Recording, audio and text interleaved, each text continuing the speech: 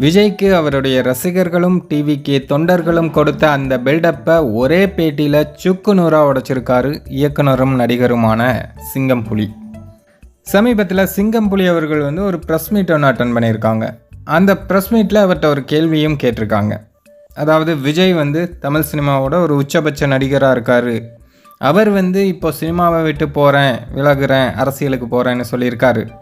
அவர் சினிமாவை விட்டு போனார் அப்படின்னா ஒரு மிகப்பெரிய ஒரு கேப் விழுகும் அப்படின்னு சொல்கிறாங்களே, இது பற்றி என்ன நினைக்கிறீங்க அப்படின்னு சிங்கம்புலிகிட்ட கேட்கும்போது, அதெல்லாம் ஒன்றுமே இல்லை, யார் சினிமாவை விட்டு போனாலும் சினிமா வாழும், சினிமா அப்படிங்கிறது ஒரு கடல், நான் சினிமாவை ஜெயிச்சிட்டேன் அப்படின்னு யாருமே சொல்ல முடியாது, யார் அதை விட்டு போனாலும் அந்த இடத்துக்கு இன்னொருத்தர் வருவாங்க, சினிமாலாம் என்றைக்குமே அழியாது அப்படின்னு சிங்கம்புலி பேசியிருக்காரு. இது நிறைய பேருக்கு கொஞ்சம் ஸ்லிப்பர் ஷாட்டாக தான் இருக்குது.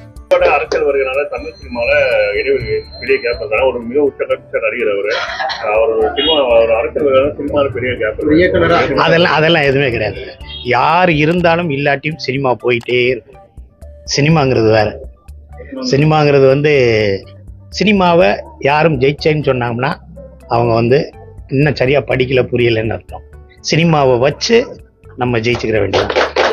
சினிமா அது ஒரு கடவுள் மாதிரி, அது கண்ணுக்கு தெரியாது.